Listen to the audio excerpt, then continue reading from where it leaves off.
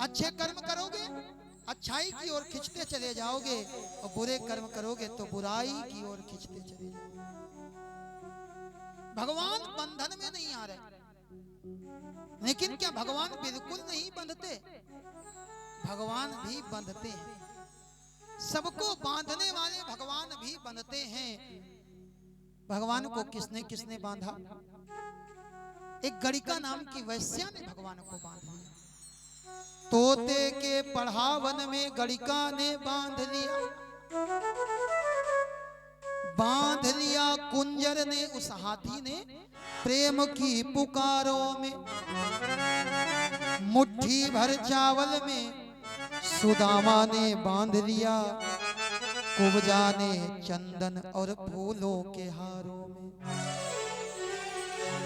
सबरी ने बांध लिया जूठे चार बेरों में, और द्रौपदी ने बांध लिया कच्चे चार तारों।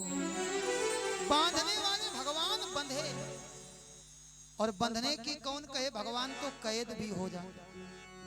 क्या कोई ऐसा भक्त है जिसने भगवान को कैद किया?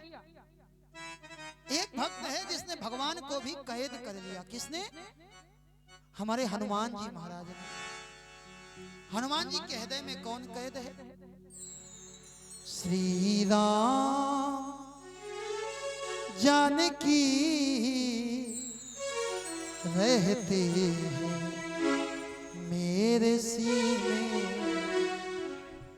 हनुमान जी ने सीताराम जी को अपने हृदय में कैद कर दिया।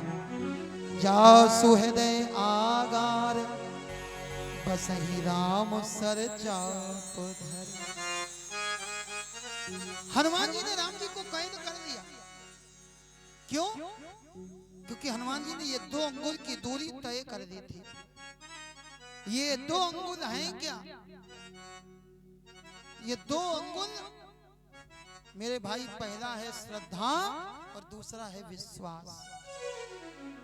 जिसके हृदय में श्रद्धा और विश्वास होगा, भगवान उसके बंधन में आ जाएंगे। और दूसरा भाव अगर आप विचार करो तो हनुमान जी ने राम जी को कैद किया क्योंकि हनुमान जी के जीवन में 2 चीजें हैं। एक हनुमान जी के जीवन में राम का नाम है, और दूसरा हनुमान जी स्वयं कहते हैं राम काज कीन्हे बिनु मोहि कहाँ विश्राम। एक तो राम का नाम है और दूसरा राम का काम है। जो राम का नाम लेंगे और राम का काम करेंगे, उन्हीं के हृदय में भगवान आएंगे। आज हम राम का नाम तो लेते, लेकिन जब राम का काम पड़ता है ना, तब हमारे पास समय नहीं होता। और जब तक आप राम के काम के लिए समय नहीं निकालोगे, तब तक राम का नाम लेने का पूरा फल आपको प्राप्त होने वाला है। आज मैया ने भगवान को बांधा, बंधन में बंधने के बाद मैया इधर उधर हुई। उखल से बंधे हुए कन्हैया धीरे धीरे उखल को खसका करके बाहर ले गए। बाहर ले जाने के बाद यमराजुन के 2 वृक्ष थे, भगवान बीच से निकल गए। जोर का धक्का लगाया, दोनों पेड़ हरा करके गिर जाते हैं। भगवान ने इन दोनों का उद्धार किया। ये दोनों हैं कौन? ये दोनों हैं नलकूबर और मणिग्रीव। ये कुबेर के पुत्र थे। भगवान ने इनका भी उद्धार कर दिया। इस घटना से हमें ये सीख मिलती है, ये शिक्षा प्राप्त होती है कि देखने में भगवान बंधन में बंधे थे, लेकिन बंधन में बंधे हुए भगवान ने भी इन दोनों को बंधन मुक्त कर दिया। कभी कभी हमें लगता है भगवान की ये लीला ठीक नहीं है, भगवान ने ऐसा किया तो क्यों किया। कभी कभी हमें भी लगता है भगवान ने ऐसा क्यों किया। लेकिन मेरे भाई, भगवान की हर लीला ठीक होती है। कैसे? जैसे छोटा बच्चा, जिस समय छोटा बच्चा चलना सीखता है और माँ छोटे बच्चे को चलना सिखाती है, तो माँ छोटे बच्चे को चलना कैसे सिखाती? बच्चे की उंगली पकड़ती है, माँ उल्टा चलती है ताकि बच्चा सीधा चलना सीख जाए। और उस समय माँ कोई ये सोचे अरे इसको तो सीधा चलना नहीं आता, मेरे भाई माँ सीधा चलना तो जानती है, लेकिन बच्चा भी सीधा चलना सीख जाए, इसलिए कभी कभी माँ भी उल्टी चाल चलती है। ऐसे ही कभी कभी भगवान की लीलाएं ऐसी होती हैं जो हमारी समझ में नहीं आती, लेकिन भगवान की हर लीला हमारे लिए मंगलमय है। इन दोनों का भगवान ने उद्धार किया, दोनों ने भगवान को प्रणाम किया, प्रणाम करके गए हैं। वृंदावन में अनेक प्रकार के उत्पात होने लगे, कंस अनेक राक्षसों को भेजता है, वृंदावन में अनेक प्रकार के उत्पात होने लगे, वृंदावन में सबको चिंता होने लगी। इसी वृंदावन में एक गोपी रहती है जो नित्य फल बेचने का काम करती है।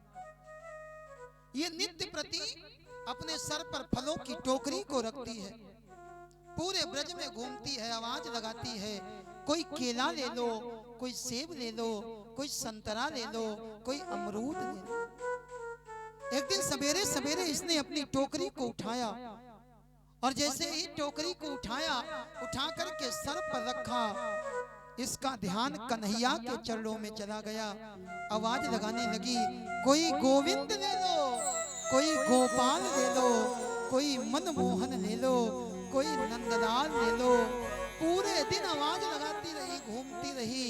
लोगों ने कहा ये पागल हो गई है, पागल। और जो भी भगवान की ओर बढ़ता है ना, संसार वाले उसको पागल ही समझते। आप अपने बेटे के जन्मदिन में 10 लाख रुपए खर्च कर देना, कोई आपको पागल नहीं कहेगा। लेकिन अगर आपने भगवान की कथा में 2, 4, 5 लाख खर्च कर दिए तो लोग कहेंगे पागल हो क्या, कथा में इतना खर्च किया जाता है। जब जीव परमात्मा की ओर जाता है तो संसार के लोग सोचते हैं अब ये हमारे काम का नहीं रहा, अब ये जगत का नहीं रहा, अब ये जगदीश का होने जा रहा, इसलिए संसार के लोग उसको पागल कहते हैं। लोगों ने इसका भी बड़ा मजाक उड़ाया, दिन भर घूमती रही, लोग पागल कहते रहे, किसी ने 1 पैसे के फल नहीं खरीदे। शाम को लौट करके जा रही थी, नंद महल के बाहर से निकली, कन्हैया जी बैठे थे। कन्हैया ने कहा, ए मैया ये फल हमको दे दो। इस गोपी ने जैसे ही सुना बड़ी प्रसन्न हुई, इसने मन में विचार किया ये कन्हैया जी हैं, सारा संसार इनसे फल चाहता है, हम भगवान की पूजा किस लिए कर रहे हैं, फल के लिए।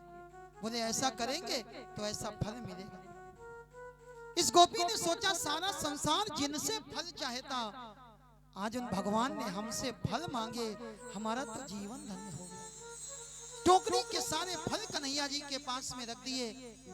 कन्हैया जी अंदर गए, जहां पर अन्न रखा था, भगवान ने अपनी अंजलि बनाई है, अंजलि में अन्न भरा। कन्हैया जी के छोटे छोटे हाथ, छोटी सी अंजलि, और वो भी ठीक से बनी नहीं, बीच में अन्न गिरता हुआ चला आ रहा है। जैसे ही दरवाजे पर आए, 4 दाने बचे, भगवान ने उसकी टोकरी में डाल दिया। घर ले जाकर के देखा, इसकी टोकरी सोना चांदी हीरा मोती से भर गई। उसे देते नहीं देखा, लेकिन झोली भरी देखी। और अगर वो नहीं देता तो देता कौन है? कोई कहे अगर मेहनत से मिलता है तो माफ करना, सेठ जी से ज्यादा मेहनत वो मजदूर करता है, जो दिन भर कंधे पर बोरा उठा करके इधर से उधर करता, लेकिन जितना सेठ जी को मिलता उतना मजदूर को नहीं मिलता। देने वाला परमात्मा है और भगवान सबको देते। किसी के संतान ना हो, अगर भगवान की शरण में आए तो भगवान उसको संतान देते। किसी के धन ना हो, भगवान की शरण में आए, भगवान उसको धन देते। कोई कहता कि गोदी में लाल देते हैं, कोई कहता कि धन और माल देते हैं, लेकिन आज तक कोई नहीं मिला। कोई ये नहीं कहता क्या कि भगवान टाल देते। भगवान से मांगो जरूर